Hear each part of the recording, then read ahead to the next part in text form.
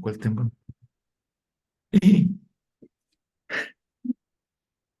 Ok, ¿eso significa que partimos? Eh, sí, yo creo que sí, ya estamos en la hora. Ok, Bueno, buenas noches a los que se pudieron conectar. Es un gusto. Me gustaría presentarles al doctor Juan José Orellana Cáceres. Él es profesor de bioestadística, magíster en bioestadística, perdón, de la Universidad de Chile.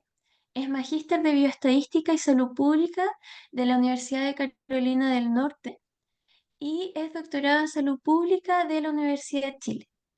Desde el año 2020 se desempeña como director del Centro de Excelencia del SIGES. Y él muy amablemente tomó su tiempo para enseñarnos algunas cosas básicas de bioestadística y epidemiología. Así que por favor démosle una bienvenida. ah, Mm. muchas gracias. Bueno, me gustaría saber si se escucha. ¿Se escucha bien? Eh, Bueno, por lo menos tú, Isidora, me escuchas, ¿verdad? sí. Bueno, primero agradecerle mucho que me hayan invitado a dictar esta clase, conferencia, lo que sea. Yo con mucho gusto lo estoy haciendo. Me esmeré en preparar algo así bien lúdico para que sea facilitar el proceso de aprendizaje y que se queden con lo sustancial, que son los conceptos, ¿no es cierto? Los conceptos que ustedes, espero yo, que les queden en la memoria visual, más que en la memoria analítica, ¿ya? Y tienen mayor permanencia. Entonces, en esta sesión de día martes vamos a revisar estos conceptos básicos de bioestadística y epidemiología. Y el viernes les voy a demostrar lo maravilloso que funciona la bioestadística cuando se hacen bien los trabajos, ¿ya? A través de simulaciones computacionales.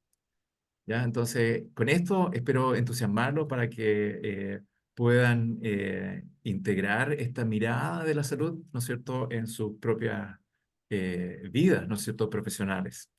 ¿Ya? Entonces, bueno, aquí está el título y acá están los dos objetivos que me he fijado para esta presentación.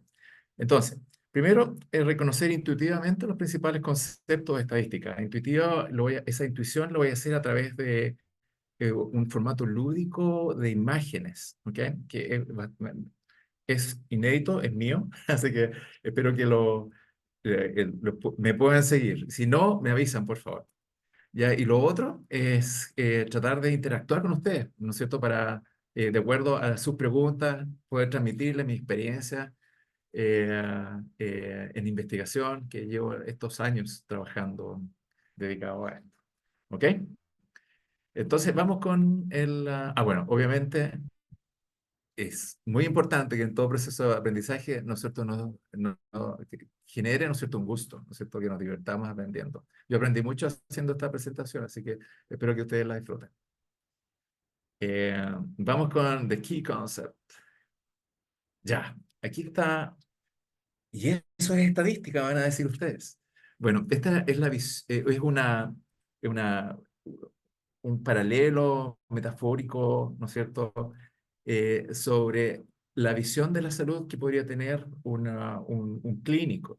Y acá este hermoso bosque, ¿no es cierto?, va a representar una comunidad de personas, donde los árboles van a ser las personas que componen esta población, ¿ya?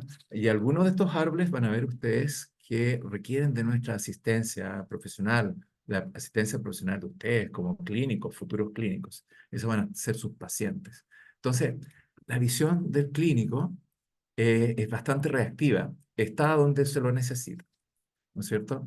Entonces, ustedes trabajando, por ejemplo, en un centro asistencial y ven que están llegando muchos casos de diarrea o bien muchos casos de alguna patología extraña, ustedes van a decir, oh, hay ¿cómo se llama? Una epidemia, alguna cosa, ¿no es cierto? Entonces, esa, la visión del clínico puede estar un poco sesgada, ¿no es cierto? Se llama sesgo de selección, ¿ok? Entonces, si nosotros queremos saber qué está pasando, ¿no es cierto? Más allá de nuestros pacientes, sino en toda la comunidad que componen estos pacientes, yo necesito una visión distinta a la visión que eh, tiene el clínico, ¿ya? Entonces, lo que uno hace, ¿no es cierto?, es como investigador, ya, y me salgo del clínico, conservo todos los conocimientos clínicos, ¿no es cierto?, y me convierto en investigador, en un investigador científico, ¿no es cierto?, aplicando el método científico.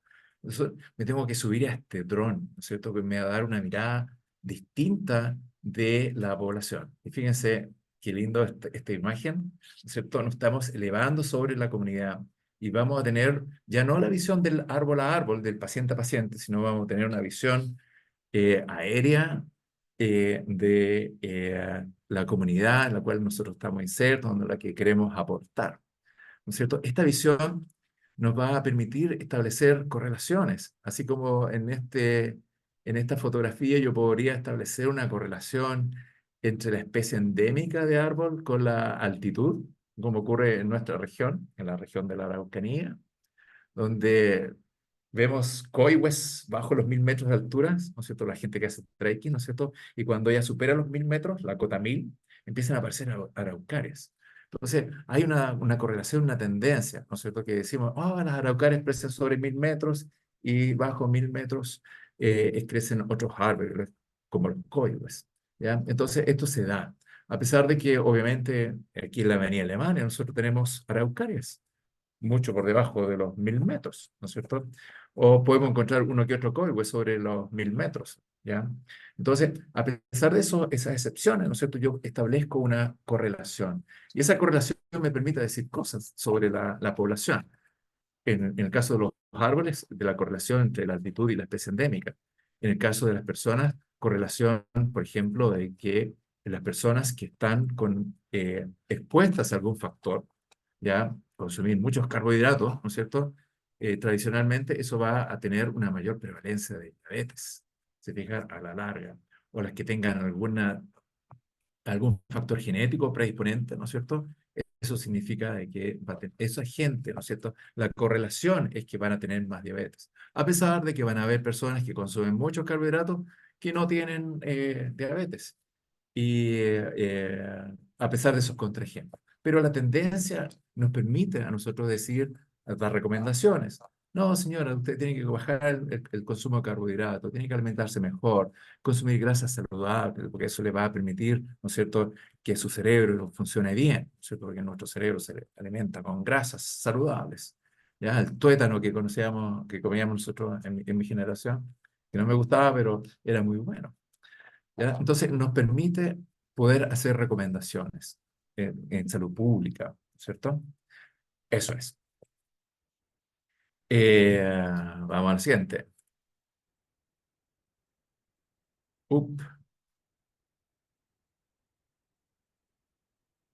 aquí está. Entonces, vamos a revisar algunos conceptos que son muy importantes. Si nosotros manejamos los conceptos, nos podemos comunicar utilizando esos conceptos, ¿verdad?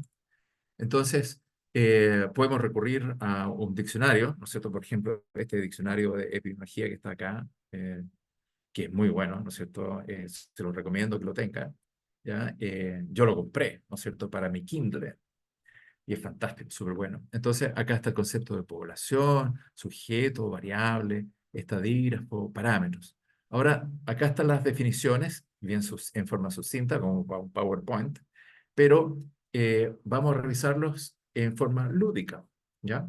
Para que se les quede en su memoria. Ya, vamos con población, parámetros estadísticos, sujeto, variable, datos, precisión de las medidas. Como raro, ¿verdad? Entonces, esta fotografía va a representar la población de interés para algún estudio, ¿ya? Esta población que tiene fronteras, ¿no es cierto? Eh, Está compuesta por sujetos. Los cuadraditos chiquititos son los sujetos, ¿ya? Y los sujetos tienen características, ¿ya? Que nosotros le llamamos variables, porque esas características varían de sujeto en sujeto. Si nos concentramos en el color, vemos que este sujeto en particular tiene dos tonos de colores principales, ¿ok? Marrón, oscuro, y otros más azulados o claros, blancos, ¿no es cierto?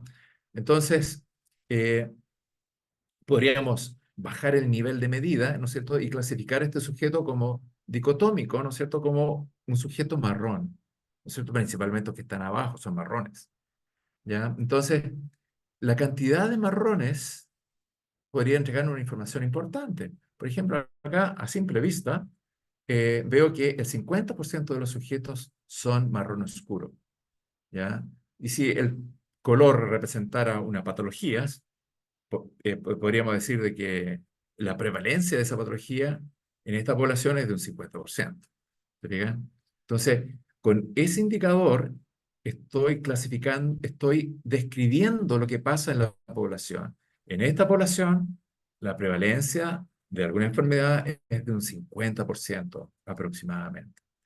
Como este valor, este indicador, se hace referencia a toda la población, nosotros en estadística le llamamos parámetro estadístico. ¿Ya? Eso es. Ahora, en la precisión de la medición, porque acá estoy observando color, forma, ¿no es cierto? Y yo sé que se trata de los cuernos del paine, esta fotografía. Con esa información, porque tengo la visión privilegiada de todos los sujetos de la población, que compone la población, ¿ya? Pero esa visión yo la puedo medir con distinta precisión. Y aquí lo voy a ejemplificar con esta analogía, con una muy buena pixelado, ¿no es cierto? Y acá súper pixelada la foto, ¿no es cierto? Una menor precisión, ¿ya? Ahora, y entonces, ¿por qué usar pixelación? ¿No es cierto? Porque muchas veces nos va a facilitar la clasificación o la toma de decisiones. O sea, hay mucho ruido, a lo mejor, cuando estoy midiendo con mucha precisión, y eso me va a dificultar la toma de decisiones, por ejemplo. ¿Ya? Acá hay un ejemplo claro. O sea, en personas adultas yo no necesito la edad con precisión de años, meses, semanas, días, minutos y segundos, ¿no? Puedo tener ese dato, ¿cierto? Si es que tengo la fecha de nacimiento con esa precisión. Pero nosotros en personas adultas trabajamos con años cumplidos, o sea, bajamos el nivel de medida, ¿no es cierto? Para facilitarnos el trabajo con ellos. O bien en algunos estudios basta con que clasificarlos como niño, joven, adulto, adulto mayor. Eso nos va a facilitar mucho más. Entonces podríamos comparar estos grupos en función a la aparición de una patología, por ejemplo, y ver dónde es más frecuente. ¿Se fijan? O bien el caso extremo, ¿no es cierto?, de dicotomizar la variable edad como adulto mayor, sí o no. Entonces ahí bajamos aún más la precisión en las mediciones y eso nos va a facilitar, pero tenemos que reconocer también que estamos perdiendo información. Entonces aquí yo tengo que tener un balance entre facilidad, ¿no es cierto?, para generar ideas que nos ayudan en la toma de decisiones y la precisión. O sea, que si pierdo mucha precisión voy a tomar decisiones erróneas. Entonces tengo que buscar un balance ahí. ¿Ok? Al inicio de todo estudio, las poblaciones se nos presentan así. Es como una fotografía, pero invertida. ¿No es cierto? Vemos la espalda de la fotografía. Sabemos, podemos decir cuál es la población, pero no tenemos la información de las características de los sujetos. Podemos tener una idea a través de la revisión de la literatura, de lo que podríamos esperar encontrar en la población. Entonces, en estas poblaciones tenemos dudas, tenemos preguntas de investigación y podemos formular objetivos para el estudio, ¿ya? Entonces, es clave poder definir eh, cuál es la población con la que vamos a trabajar. Y esa definición se hace según el tipo de estudio. En los estudios observacionales, como los de corte transversal, ¿no es cierto? O en los estudios de cohorte, las poblaciones normalmente se definen con estos tres criterios. Un criterio geográfico, ¿ya? Por ejemplo, el estudio de la prevalencia de enfermedades zoonóticas en la región probablemente sea muy distinto a las regiones en el norte de Chile, ¿ya? Entonces, como va a haber esa tremenda distinción, yo digo, no, voy a hacer el estudio en la región de la Araucanía, ¿ya? O puedo especificar más en la comuna de Temuco. ¿Ok? Entonces ahí yo debo dar un criterio geográfico en la definición de la población. Lo mismo, las poblaciones no son estáticas en el tiempo, van evolucionando, ¿verdad? Entonces, yo debo definir, ¿no es cierto?, a qué tiempo de referencia eh, hace, valga la redundancia, hace referencia a mi estudio. ¿A qué año? Ahora, enfermedades agudas, ¿no es cierto? Pues posiblemente el tiempo sea más corto, meses, ¿no es cierto? Y obviamente, criterios clínico-técnicos, ¿ya? Probable no voy a trabajar con toda la gente, toda la población de la región, sino en un grupo específico, de acuerdo a los objetivos de mi estudio. Aquí hay un ejemplo. Población de mujeres posmenopáusicas de la región de la Araucanía, en 2019. Entonces, ahí están los tres criterios. ¿Se fijan? Les cuento de un estudio que finalizamos hace poquito, ¿no es cierto?, que nos pidió el Ministerio de Salud, al CIGES, al centro en el que yo trabajo, nos dijeron, oye, pareciera que hay un brote de una enfermedad zoonótica se llama fiebre Q. Y nos gustaría saber cuál es la importancia, cuál es la carga de enfermedad que está produciendo esto. Ver si hay efectivamente este brote es generalizado o se dio solamente en algunas lecherías en la región. Entonces, nosotros definimos la población, dijimos, bueno, vamos a trabajar con tres regiones, la Araucanía, los ríos y los lagos. ¿Ya? Entonces, ahí está el criterio geográfico. Y esto lo vamos a desarrollar en el 2022. Ya, listo, perfecto. 2021, perdón. Ya, y los criterios clínicos técnicos, esa es la población expuesta, que nosotros consideramos que iban a ser todas las personas que trabajaban atendiendo partos de vacunos, ya, en las lecherías. Entonces ahí definimos, bueno, van a ser todas las personas, de todos los trabajadores y sus familiares, ¿no es cierto?, que trabajan con vacunos en la región. Entonces ahí nos conseguimos información de todos los predios agrícolas, ¿no es cierto?, que tienen un número de identificación en el SAC, ¿ya? Y conformamos este listado de predios, ¿ya? Entonces, ya sabíamos en qué población íbamos a trabajar. Esa va a ser nuestra población, ¿verdad? Ya. Estos son en los estudios observacionales, ¿ya? Cuando estamos diseñando un estudio experimental, ¿ya? Típico de los ensayos clínicos, ¿ya? En los estudios experimentales, eh, bueno, la población se define como aquellos sujetos que van a verse beneficiados con el experimento.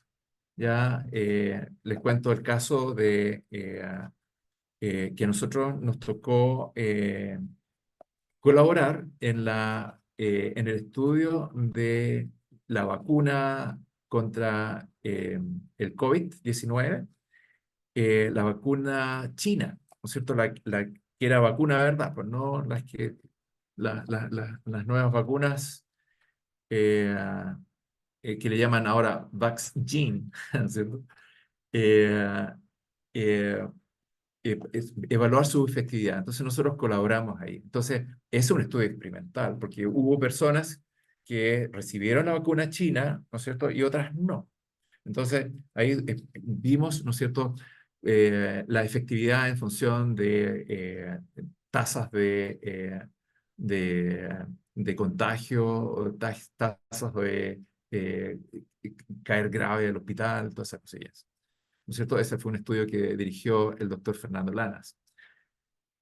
Ok, eh, entonces ¿quiénes van a ser los beneficiarios de estas vacunas? Bueno, todas las personas que están expuestas al COVID-19, ahí todos, ¿no es cierto? Entonces, ¿cómo se definen quiénes son todos? Entonces, hay unos criterios de inclusión y criterios de exclusión que hay que definir. ¿Ya? Los criterios de inclusión, por ejemplo, sean personas mayores de 18 años, en el caso de estas vacunas, ¿no es cierto? Y de exclusión, aquellas personas mayores que cumplen los criterios de inclusión, pero que tienen ciertas características que las excluyen. Por ejemplo, que tengan problemas, ¿no es cierto?, con algún componente de la vacuna, que vaya a tener reacción alérgica, alguna cosa. Entonces, esas quedan excluidas. ¿Ya? Entonces, una vez identificados estos sujetos, se invitan a participar y empiezan a llegar en forma secuencial. Usted cumple los criterios de inclusión, no tiene los criterios de inclusión, pasa al estudio y se aleatorizan al tratamiento, ¿no es cierto? experimental o al grupo placebo. Eso es muy importante, tener un grupo de comparación. Piensen ustedes que siempre hay co-intervenciones que están funcionando, ¿ya? Y entonces, los dos grupos que voy a tener en este caso, en este ejemplo, esos por factores azarosos, yo espero que sean equivalentes, tenga la misma edad, la misma proporción de hombres y mujeres, si tienen algún factor genético que los protege, por azar yo quiero que esos factores estén igualmente distribuidos, los dos grupos. ¿Se fijan? Entonces aquí el azar es fundamental para tener grupos comparables. ¿Ya? Entonces la única diferencia de estos dos grupos es que uno va a tener el tratamiento experimental y el otro el tratamiento placebo. Entonces, cualquier diferencia en el tiempo que haya en la variable de respuesta se va a deber a la intervención y no a los cofactores. ¿Te fijas? Entonces, los estudios experimentales se definen como los sujetos que se van a ver beneficiados con potencialmente beneficiados con la intervención. Y aquí yo les dejé un ejemplito con un link ahí que está muy interesante, ¿no es cierto? Que era la población recientemente diagnosticada con COVID-19 que presenten anosmia o hiposmia, ¿no es cierto? Que perdieron el olfato, ¿no es cierto? O bajó la capacidad olfativa, ¿no es cierto? Y acá el ensayo clínico aleatorizado fue con un suero hipertónico, o sea, un suero que tiene un poquito más de sal, de sodio, ¿no es cierto? Para combatir la disfunción olfativa. Muy interesante el estudio. Ahí está el link por si lo quieren ver después. ¿Ok? Eso es. No sé, hasta acá, ¿todo bien? ¿O estoy hablando a la pantalla? A ver. Ahí está. Bien, gracias. Una vez estaba haciendo Eh, clase no, claro. y se había cortado el internet y había seguido. Qué No, pena. pero acá estamos, no se preocupe, doctor. Ya, súper, súper, súper. Ya, sigamos entonces. Bueno, una vez que ya hemos definido la población, podríamos preguntarle a todos los sujetos que componen la población. Es re difícil hacer un censo, ¿verdad? Muy difícil. Entonces, ¿qué es lo que hacemos? Bueno, muestreo. Una muestra que sea representativa de la población, ¿ya? Y en nuestros ejemplos así lúdicos está este juego de revela cuadros y adivina, ¿no es cierto? Entonces, juguemos acá. Pues, aquí la Connie me va, perdón, la Isidora me va a ayudar, ¿no es cierto? Entonces, voy a aplicar una encuesta y le voy a preguntar el color, la forma. Y esta es la respuesta de ese sujeto. ¿Ya? Entonces, tenemos una. Ah, le puedo preguntar a este otro sujeto y respondió eso. Soy rojo, dijo. Le puedo preguntar a este otro. Ah, yo soy rojo y tengo una partecita como una estrellita eh, roja. O sea, blanco, pero tengo una estrellita roja. Y hasta ahora puedes decir que hay en la población de qué se trata, Isidora. Perdón, dile con Isidora. No, Isidora. sí, me llamo Sí, Isidora. está bien. La bandera de Canadá. No, como tanto, mira. Sí, te pasaste. Bueno, cuando uno llega, esto se selecciona al azar, ¿verdad? Así como estoy haciéndolo ahora, sin ningún criterio. Pero cuando uno llega al tamaño muestra mínimo suficiente, ya puede decir con una cierta certeza de qué se trata, qué hay en la población. Lo mismo en los estudios epidemiológicos. Uno hace el cálculo de tamaño muestra, ¿ya? Y cuando alcance ese tamaño muestra, lo mismo que acá, ya vamos a saber con una cierta certeza lo que está pasando en la población, sin necesidad eh, de preguntarle a todos, de hacer un censo, ¿ya? Entonces, grábense esto en sus cabecitas, ¿ok? Entonces, esta es nuestra población, y fíjense que en esta población el parámetro era un 50% de marrón, ¿verdad? Entonces vamos a hacer un muestreo. Y voy a hacer un muestreo no aleatorio. Yo soy súper pragmático. Yo digo, ¿para qué voy a estar ahí? Supongamos que esta es la región de la Araucanía, ¿para qué voy a ir a Milipeuca, arriba de la cordillera, a buscar? No, no. Sí, esto no le voy a preguntar. Le voy a preguntar solamente a los que viven en la comuna de Temuco, cerca de mi casa, cosa no desplazarme mucho y me sale mucho más barato. Entonces, este es un muestreo por conveniencia, ¿ya? Y este es el resultado. ¿Cuál será la proporción de marrones en la muestra? 88%, calculé yo. ¿Te fijas? Entonces, esto se llama un muestreo sesgado. No va a representar a toda la población. ¿Lo ven? Ahora, hagamos un muestreo aleatorio. Eso significa correr la bolita, ¿no es cierto? Y ven, ven, ven, ven, y nos quedamos con este. Ta. Fíjense, de muchos posibles muestras aleatorias, me quedo con esta, ¿no es cierto? Dada por el azar. ¿Y qué obtengo? Que tengo el 48% de los sujetos son de color marrón oscuro.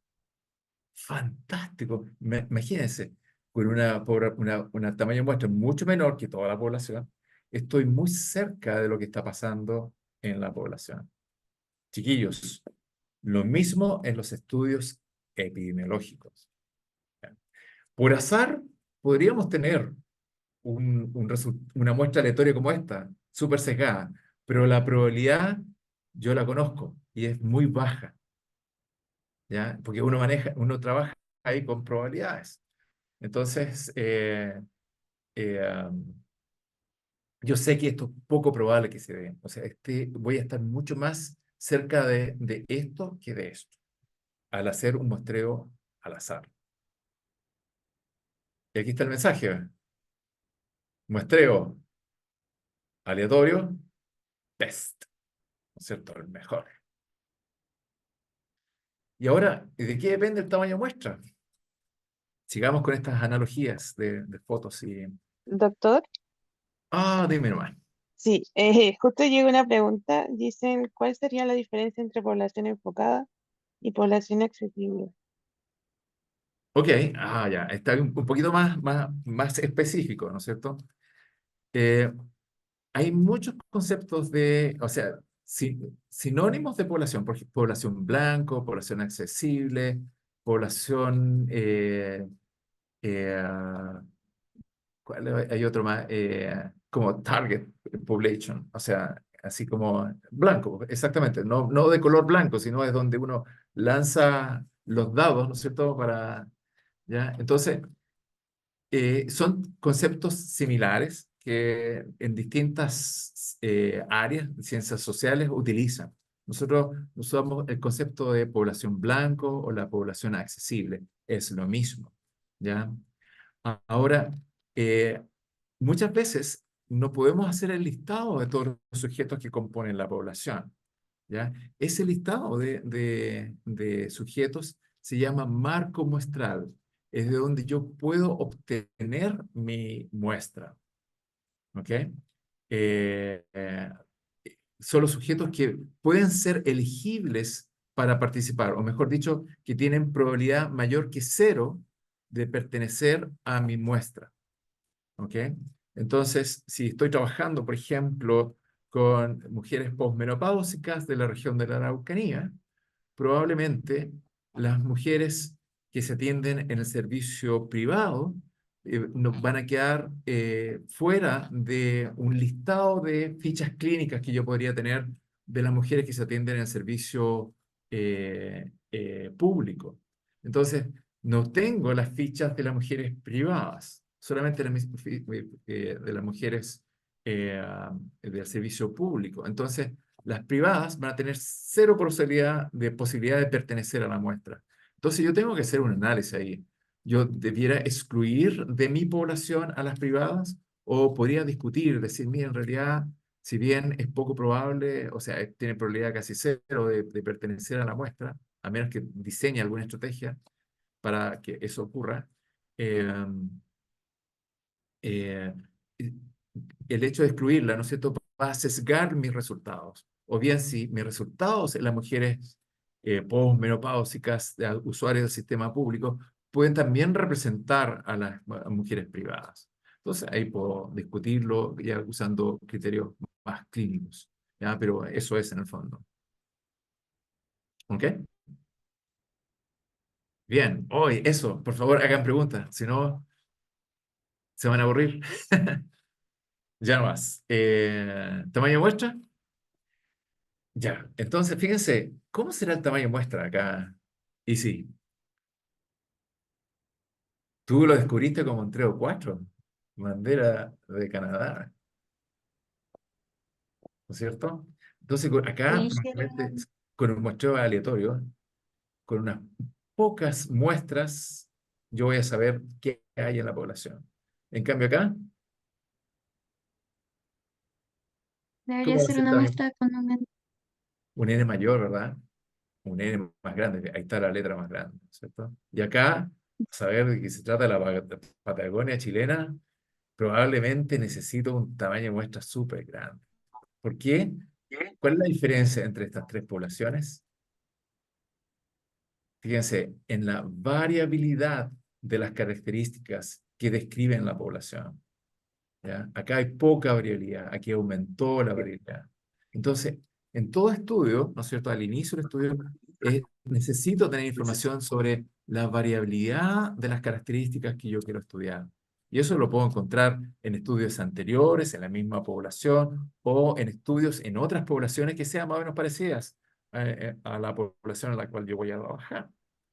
¿Ya? Entonces, esa variabilidad cualquier fórmula de cálculo de tamaño de muestra le va a preguntar. ¿Y con qué desviación estándar?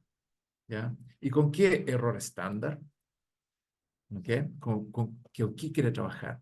Y también otro factor que tiene que ver con el tamaño de muestra es si va a estimar algo, por ejemplo, la proporción de marrones, ¿ya? ¿Con qué precisión? ¿Ya? Con alta precisión, ¿no es cierto? Mayor tamaño de muestra. Ah, no, yo para la toma de decisiones clínicas no necesito tanta precisión. Puedo relajarme un poco, ¿no es cierto? Y eso significa un menor tamaño de muestra.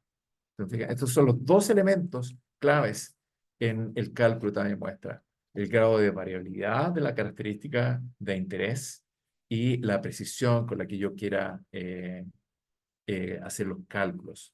Hay otros factores como potencia, estadística, nivel de significación, pero eso es más o menos estándar, ¿no es cierto? Nivel de significación, 5%, potencia estadística, un 85%, un 80%, pero eso ya no hace grandes diferencias, ¿ya? Lo que más hace diferencia son la variabilidad de la característica que quiero hacer, que quiero o espero yo encontrar en mi población, y la precisión, ¿ya?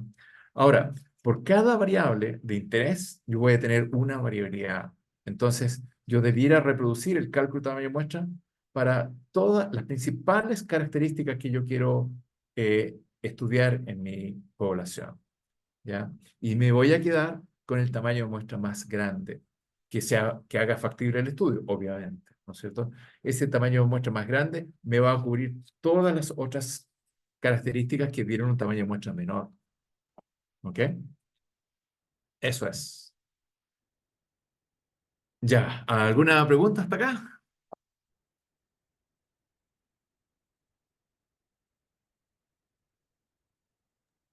al menos en el chat todavía. eh, a ver, esa pregunta, doctor, ¿es cierto que puede haber población sin haber muestra? Por ejemplo, en una encuesta pequeña. Ah, claro. Podemos hacer estudios descriptivos, ¿no es cierto? Donde voy a describir, mira, esta es mi experiencia con mis pacientes, ¿ya? Y describo, ¿no es cierto? Ahí están se llaman estudios de casos o de series de casos, que son muy valiosos, porque mira, esta es mi experiencia en estos pacientes que tienen, yo describo perfectamente cada uno de ellos, ¿ya? Ahora, ahí la estadística puede estar presente si aquí son varios casos, pero si son 2 o 3 no es necesario.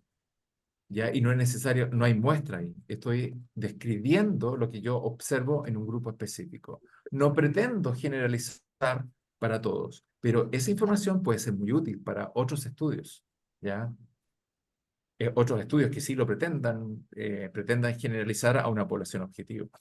Muy buena pregunta.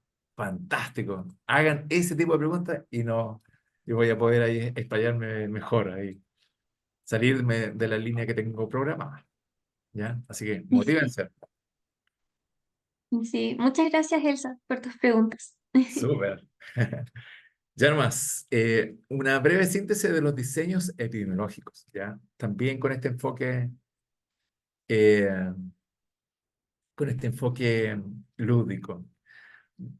Están los estudios longitudinales, ¿ya? Y los estudios longitudinales en esta eh, lúdica representan esto, miren, fíjense qué hermoso. Ese bosque que va evolucionando en las estaciones. Eso significa que yo estoy observando esta población en el tiempo. ¿Se fijan cómo cambian el color de los árboles? ¿No es cierto? Partieron en invierno, en blanquito, ¿no es cierto? Ya están en primavera. ¿Se fijan? Lo mismo en los estudios epidemiológicos. Los estudios longitudinales, yo parto con una cohorte de sujetos, ¿ya? Y los sigo en el tiempo y veo qué está pasando. En esta eh, eh, analogía, yo podría ver qué está pasando con los árboles, qué árboles se están enfermando más o qué árboles crecen mejor. ¿Ya? En agronomía hacen eso. ¿Ya? En los estudios experimentales en agronomía, ¿no es cierto? O en ciencias forestales, pueden tener distintos tipos de poda, ¿ya? Entonces, como va a ser experimental, en algunos árboles van a experimentar cierta poda y en otros otra poda. Y los van a seguir en el tiempo y van a ver dónde tienen mejores rendimientos, ¿ya? Entonces, ahí fue experimental. O bien simplemente que sean observacionales, que se llaman estudios de cohorte, donde yo, a brazos cruzados, sin tratar de intervenir en nada, observo qué está pasando. Ya veo qué árboles crecieron mejor. Mira, los que estaban más cerca del río, ¿no es cierto?, de las zonas húmedas más bajas, o los que estaban en las zonas más altas, y puedo establecer esas correlaciones. ¿Ya? En los estudios epidemiológicos, lo mismo. En los experimentales, voy a tener sujetos expuestos, ¿no es cierto?, a un factor de riesgo, a un factor protector, ¿no es cierto?, y a otros no. Y los sigo en el tiempo. Al comienzo ninguno estaba enfermo, ninguno estaba, presentaba la variable de resultado de interés, ¿no es cierto? Y los sigo en el tiempo y veo quién se enferma más, ¿ya? O bien, quién se enferma más rápido, también, perfectamente puedo ver eso. ¿Quién se muere más? Así también pueden haber estudios. Sobre todo en adultos mayores, trabajando en cardiología, ¿no es cierto? La variable de respuesta puede ser ingresan pacientes con infarto, ¿no es cierto? Y son seguidos hasta el reinfarto o muerte. Entonces, veo, ¿no es cierto?, si hay factores que protegen, ¿no es cierto?, que prolongan la vida o factores que la aceleran la muerte. Entonces, eso va en el tiempo, ¿ya? Parto con una cohorte de sujetos, algunos expuestos, otros no expuestos, algunos expuestos intencionalmente, en el caso de los estudios experimentales, y otros no, y los sigo en el tiempo. Y ese tránsito de un estado de sin enfermedad a con enfermedad me permite calcular riesgo, ¿ya? Riesgo. Probabilidad de desarrollar, es un concepto similar. Riesgo y probabilidad en este caso es lo mismo, ¿ok? En el caso de los estudios observacionales de corte transversal, es una foto.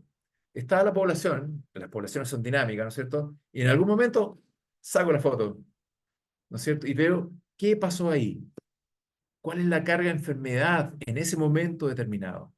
¿Ya? En los estudios poblacionales de corte transversal, normalmente nos damos un año, ¿no es cierto? Y digo, mira, la prevalencia de diabetes en la comuna de Melepeuco, ¿no es cierto?, en 2023 fue de un 60% en la población de adultos mayores.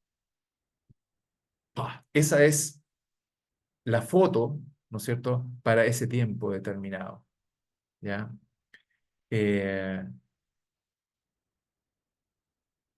Y aquí me equivoqué. Esto no debiera ser cohorte, sino es observacional. Eso me quedó el copy-paste. Vamos a arreglar. Lo voy a arreglar al tiro antes que se me olvide. Esto no. Doctor, terminando esta diapositiva, le voy a presentar una pregunta muy interesante que nos Genial. escribió Rosita. Ya, súper. Y con esto termino esta diapositiva. En los estudios de corte retrospectivo, ¿no es cierto? Típico, ¿no es cierto? Los de casos y controles, podemos tener esto, ¿no es cierto? Árboles chuecos. Y nos pregunta, ahora, en el presente, encontramos árboles chuecos. Y nos preguntamos, ¿qué hizo que estos árboles tuviesen esta forma? ¿Ya? Podemos tener, fíjense que también hay árboles derechitos por allá al fondo, ¿no es cierto? ¿Qué distinguió, ¿no es cierto? ¿Por qué estos quedaron chuecos y los otros no? Lo mismo en las personas. Tengo personas enfermas y tengo personas sanas. ¿Ya? Entonces, ¿qué hizo que estas personas estuviesen enfermas y estas otras estuviesen sanas? Entonces, la exposición la busco en el pasado. Esos son los estudios de casos y controles. Acá hay tres grupos, hay un montón de otros diseños, ya bien interesante, pero partamos con estos tres. Ahora sí, Isidora, cuéntame la pregunta. Rosita dice, doctor, en el caso de que la población sea población hemodializada que acude regularmente a su tratamiento, ¿Ya? a centros de una región particular, Sí. si elegimos incluirle a todos los registrados de cada centro, Ujú. ¿cómo se define la muestra? ¿Se Ah, puede comparar con otros datos? Entre paréntesis, en nuestro caso, todos los centros de hemodiálisis de una región. ¿Con qué lo comparamos? ok, bueno, acá, bueno, podrían hacer muchas comparaciones. Por ejemplo, la edad de los pacientes.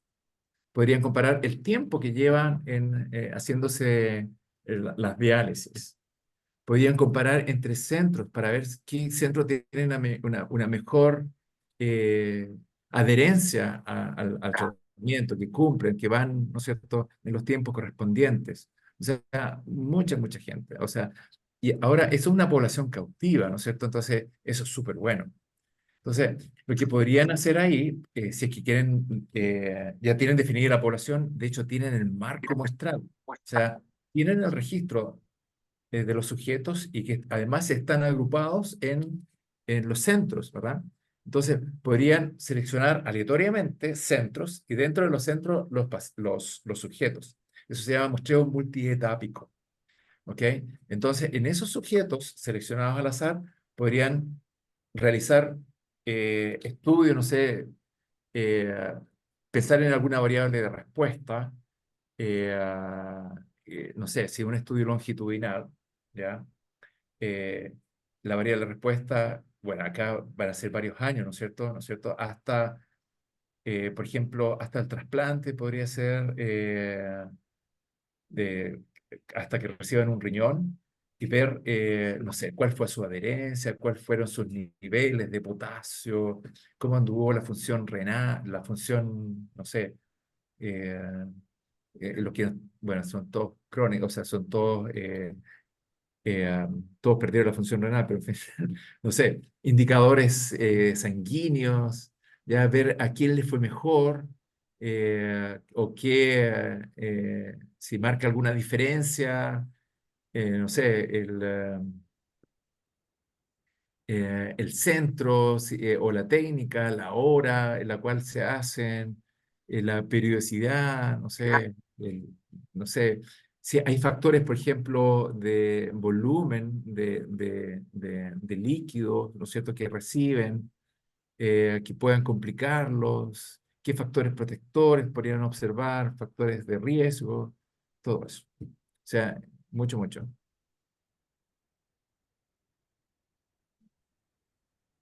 Muy buena pregunta, yo entendí harto con la explicación. Sí, Rosita, ¿pues ¿nos podrías escribir si quedó claro, sí, por eso favor? mismo, o O quizás nos que puedes se dar otra conecten, pregunta. pues. Oye, que se conecten al micrófono y pueden explicar, pueden transmitir sus dudas. Yo hace algunos años atrás trabajé justo en eso, pero ya se me olvidó mucho, se me olvidó todo, con hemodiálisis, dirigiendo una tesis de una alumna del magíster. Así que, si te interesa, puedo tener la tesis, la puedo buscar y te puedo pasar la información.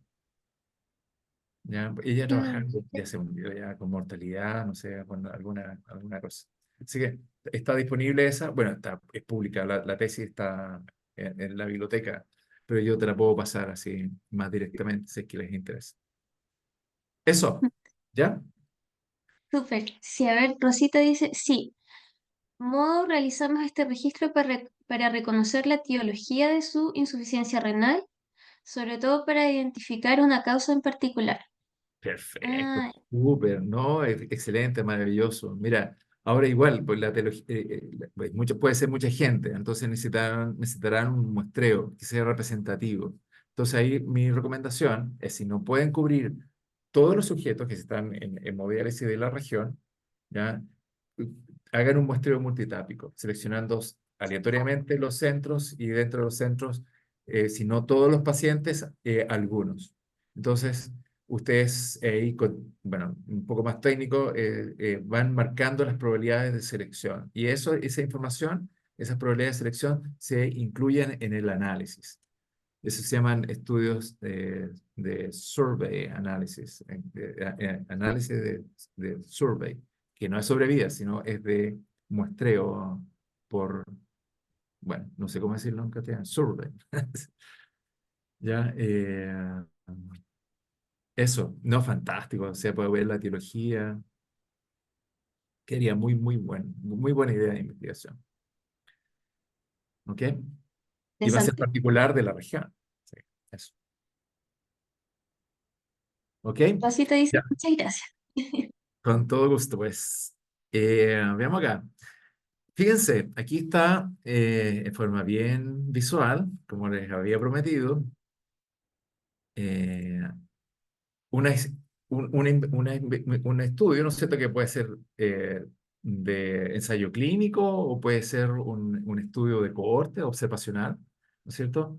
Y a los sujetos, acá están mis bosques, ¿no es cierto? Estos son mis árboles, que serían las personas, y acá está el tiempo de seguimiento, ¿no es cierto? Aquí el mes, el año, y fíjate, la persona uno estuvo expuesta, fue categorizada como expuesta y entró al estudio a principios de junio del 2017 y fue seguida en el tiempo y a finales de marzo de 2018 desarrolló D. ¿D qué significa? Se diagnosticó la enfermedad que era de interés, ¿ya? Y siguió enfermita esta persona y acá, a finales de 2019, M. ¿Qué dice M? Muerte del paciente por causa de la enfermedad D. ¿Se fija? Entonces aquí tengo el historial de esta persona. La persona 3 que también estaba expuesta, entró a principios de septiembre, no, a finales de junio, perdón, a finales de junio, y fue seguida hasta septiembre de 2019, y acá murió por causa de la enfermedad. Acá hay otro caso, la persona 10 que entró a principios del 2018, se desarrolló la enfermedad a finales o sea, a finales de septiembre de 2019, estuvo enfermita y por aquí murió por MC, que es lo que es muerte por causa diferente a B, o sea, lo atropellaron, alguna cosa. ¿Te fijan?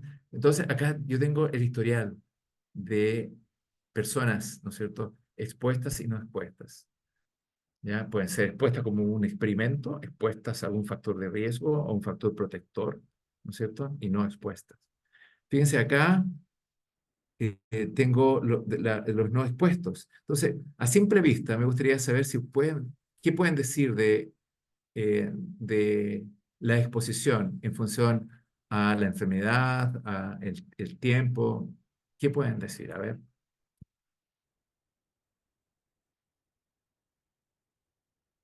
que participen, Estamos en el foro. ¿sí? ¿No pueden activar el micrófono? Hace para que opinen. Flash. No, está bien.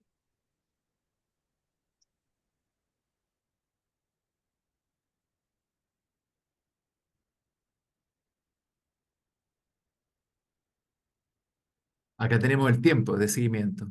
Este fue 12 meses hasta desarrollar la enfermedad. 27 meses, este otro, 33 meses, etcétera. ¿Qué observan a simple vista, o sea, sin hacer ningún cálculo?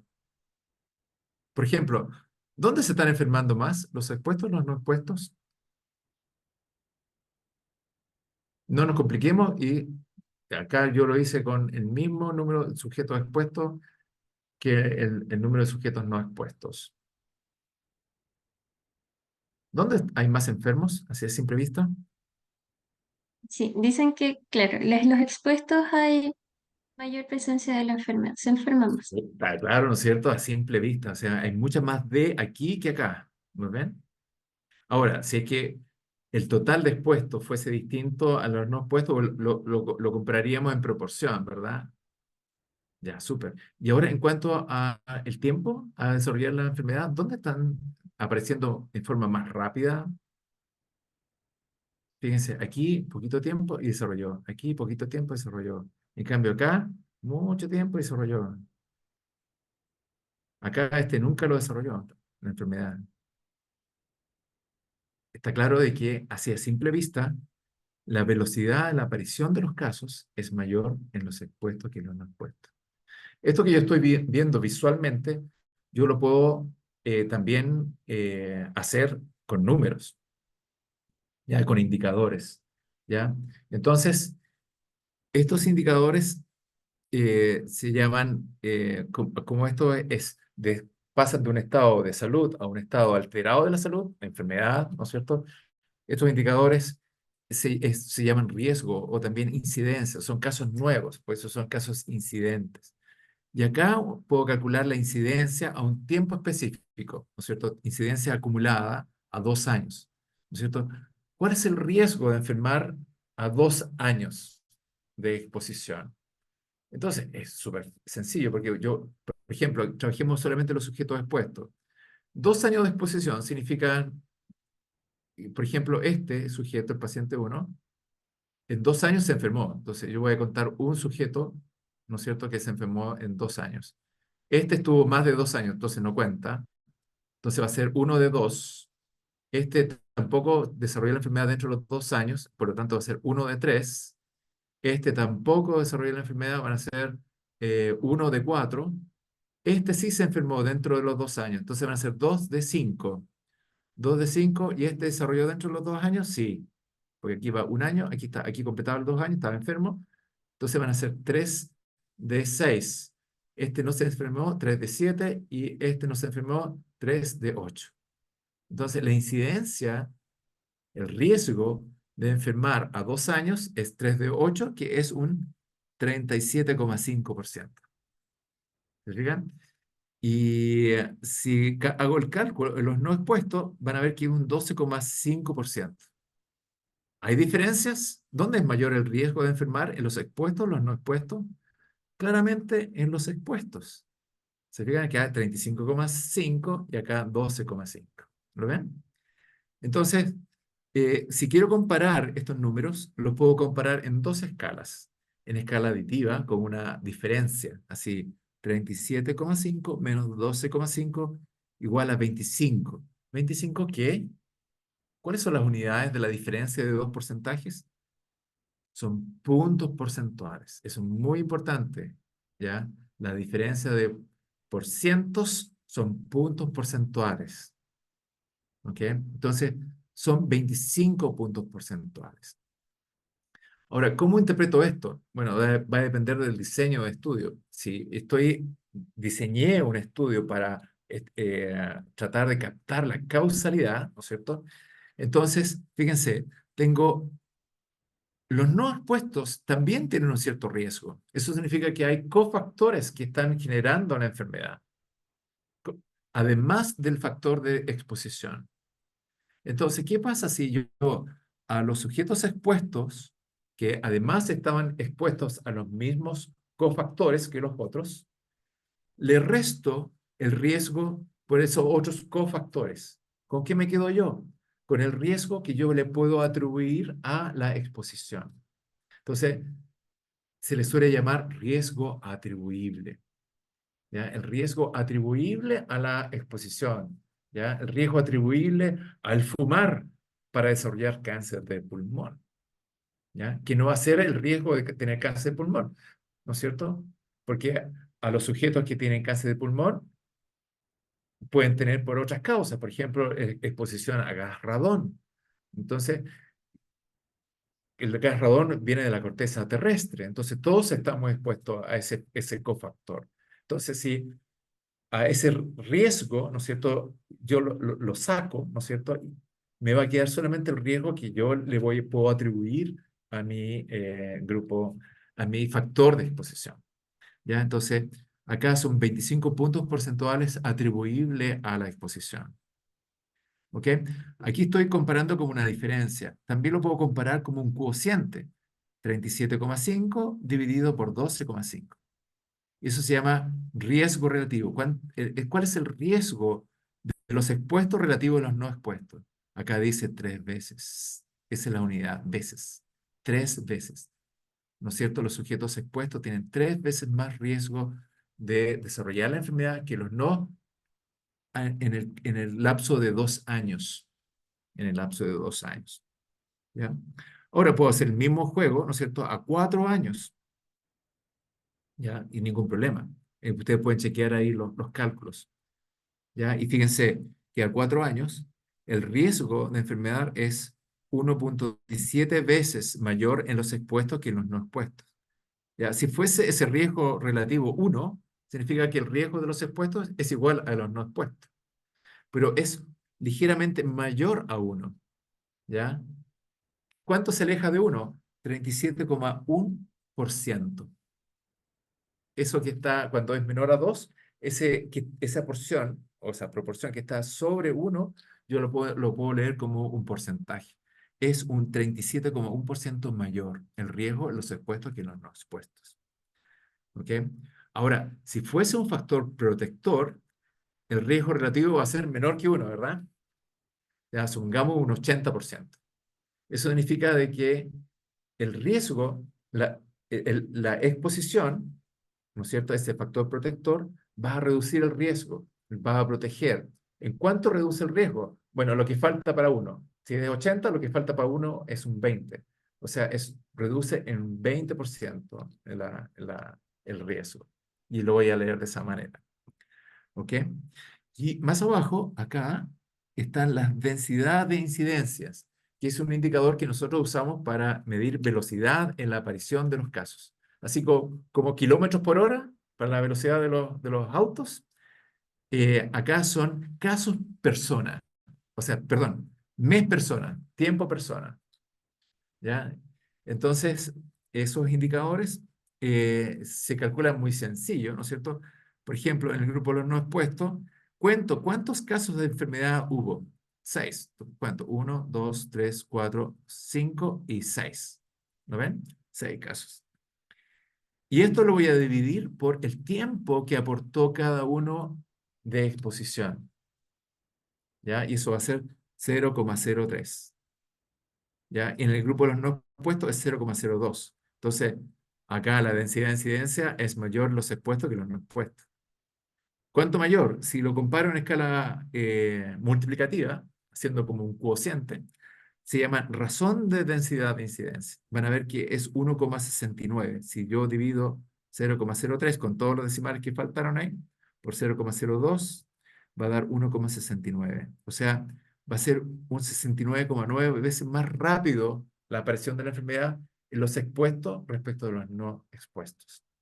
¿Lo ven? Ahora, este mismo indicador que está acá en mes persona, lo puedo trabajar como año persona, simplemente multiplicándolo por 24, ¿no es cierto? O ese valor lo puedo multiplicar por 10 para tener 10 años persona, un tiempo razonable desde el punto de vista clínico. O sea, ¿no es cierto? ¿Cuál es la velocidad de la aparición a 10 años persona? Bueno, acá van a ser 3,1 casos por 10 años persona de observación. ¿Sí? O sea, bueno, eso. Obviamente las comparaciones van a dar los mismos resultados que antes. Acá dice 1,7, que es prácticamente el 69,9%. O sea, el 1,69 es la aproximación 1,7 por eso. ¿Ya? Eso. ¿Ok? Entonces aquí tenemos indicadores que nos permiten comparar. Acá está la formulita, sé que las quieren ver. Ahora, no siempre vamos a trabajar con variables dicotómicas, ¿no es cierto? Puedo medir cosas, por ejemplo, medir presión arterial y comparar la presión arterial en personas que están usando un medicamento, sí que estoy trabajando con hipertensos, que están usando el losartán, por ejemplo, versus las personas que no están usando el medicamento. ¿Habrá diferencia? Bueno, si el losartán es efectivo, debieran haber diferencias. Entonces, como es una medición, ya no puedo usar proporciones o riesgo, sino voy a usar promedios. El promedio eh, eh, de lo que esté midiendo. Entonces, acá yo tengo el promedio poblacional, ¿verdad? Entonces, esta diferencia es una incógnita, yo no sé, y yo quiero saber cuánto es la diferencia.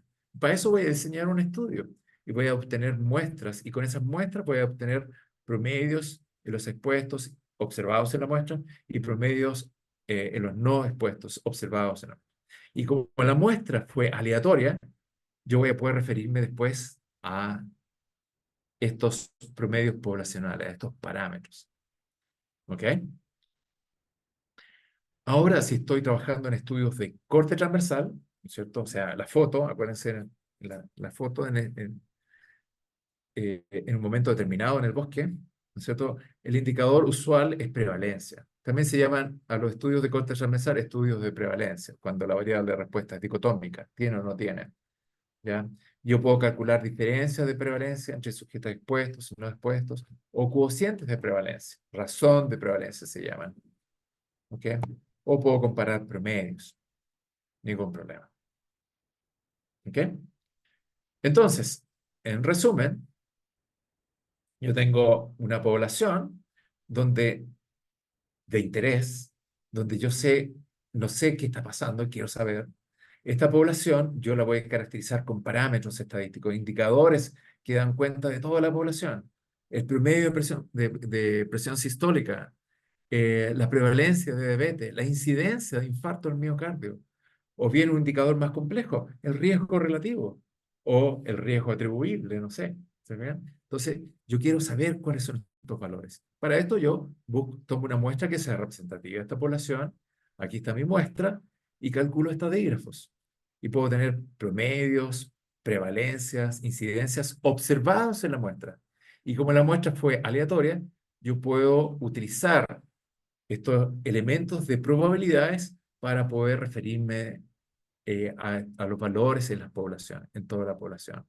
Y ahí aparecen el p-value, los intervalos de confianza y todas esas cosas que ustedes ya seguro han escuchado. ¿Ya? Eso. Hasta ahí los conceptos que quería presentarles en esta manera lúdica. Aquí les dejo una excelente bibliografía. Mire, yo soy fanático de todos estos libros. El de epidemiología de Moses Clover.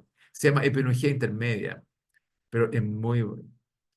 hay una versión en castellano, ¿no es cierto? Pero esta es la versión en inglés, ¿no es cierto? Beyond the Basic. En castellano está como Epidemiología Intermedia, que es muy hermoso, o sea, muy barato. Muy eh, fácil de entender, ¿ya? Si es que quieren introducir. Está el diccionario de epidemiología y están estos otros tres. Hay páginas web ahí. Listo. Ya no más. Eso es lo que quería contarle. Ahora, no Muchas sé si es gracias, posible, doctor. hay tiempo, Connie, para interactuar, compartir nuestra experiencia en el centro, en el CIGE. Nosotros hacemos tantas investigaciones.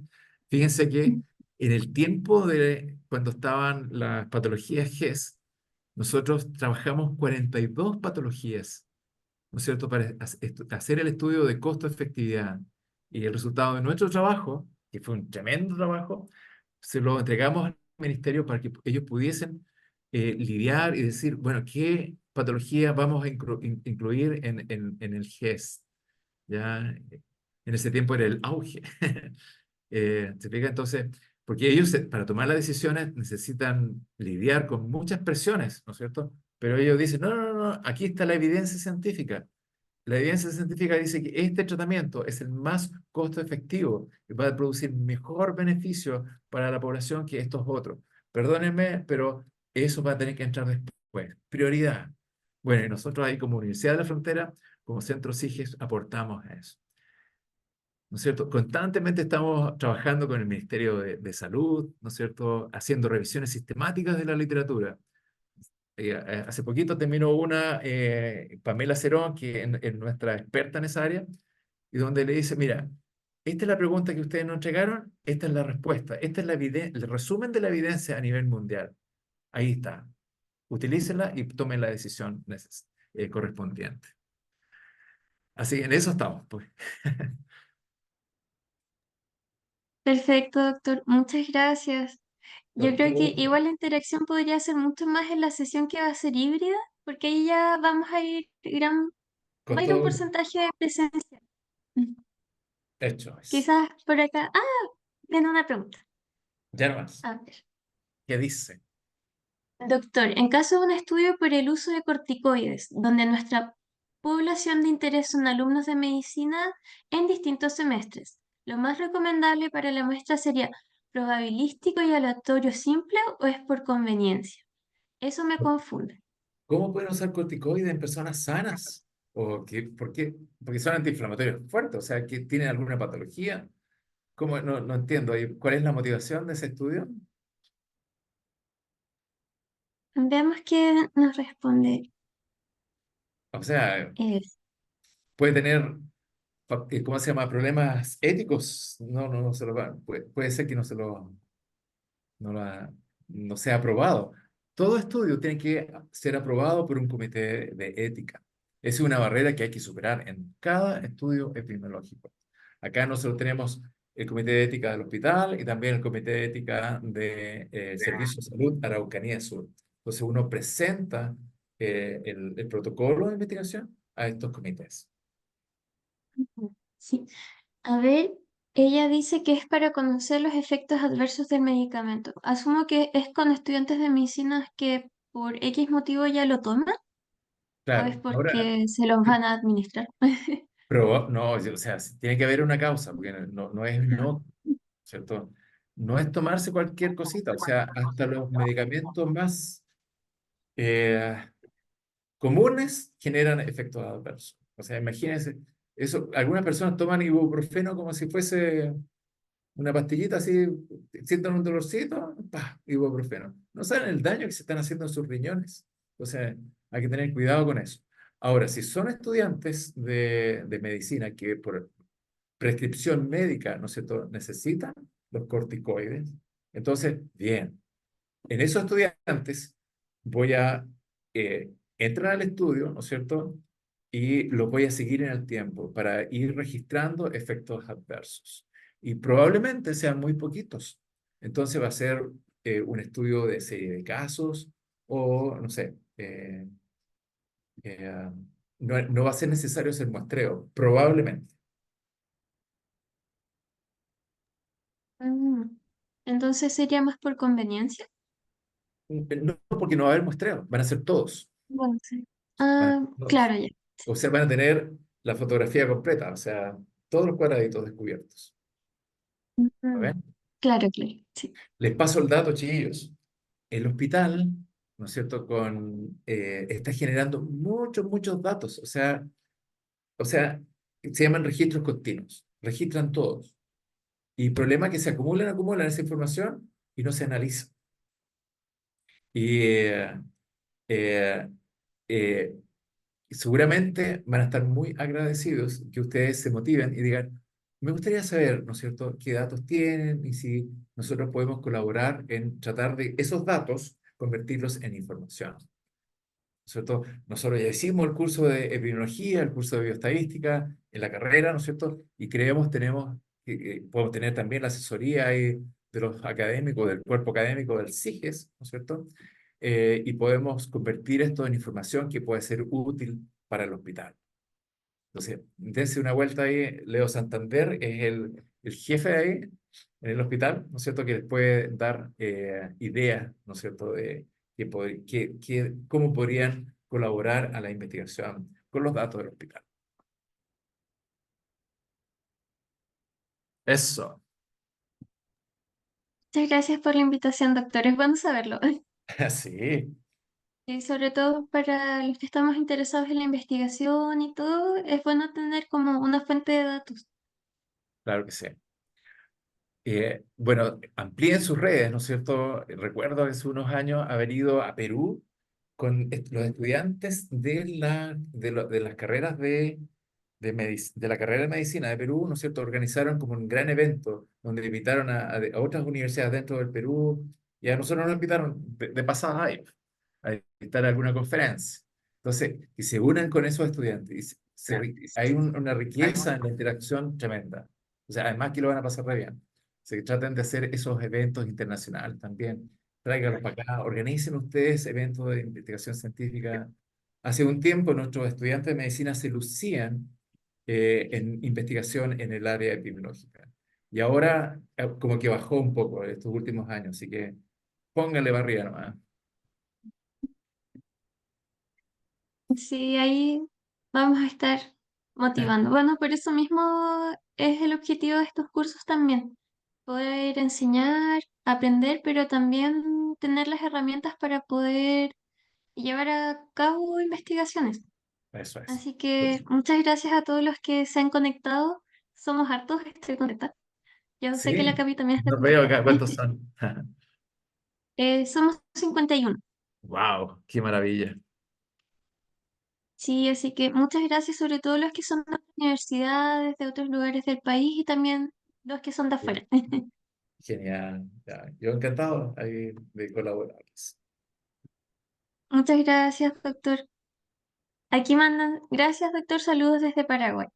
Ah, ¿en Esa serio? participó mucho. Qué bien. Hace poco estuve en Paraguay, estuve trabajando y ahora iniciamos un estudio, un ensayo clínico grande en Paraguay para evaluar la efectividad de la yerba mate. Ustedes saben que la yerba mate es originaria de Paraguay, ¿ya? Entonces, eh,